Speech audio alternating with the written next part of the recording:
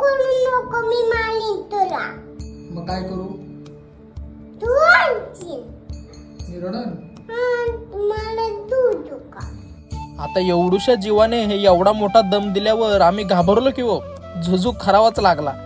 सकाळी उठून देवबाप्पाचा हार आणला आणि गंध वगैरे लावून देवपूजा केली. आंघोळ करून टाकाटक झाल्यावर माझ्या गुन्हाच्या लेकीने आत्तापासूनच मम्मीला मदत म्हणून घरातील लादी चकाचक पुसून काढली.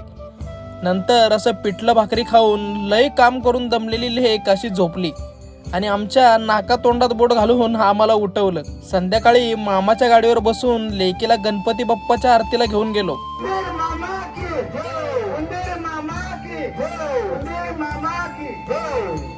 आरती करून झाल्यावर लेकीला अजून एक गणपती बाप्पा दाखवायला घेऊन गेलो आणि संध्याकाळी असं जेवण केलं.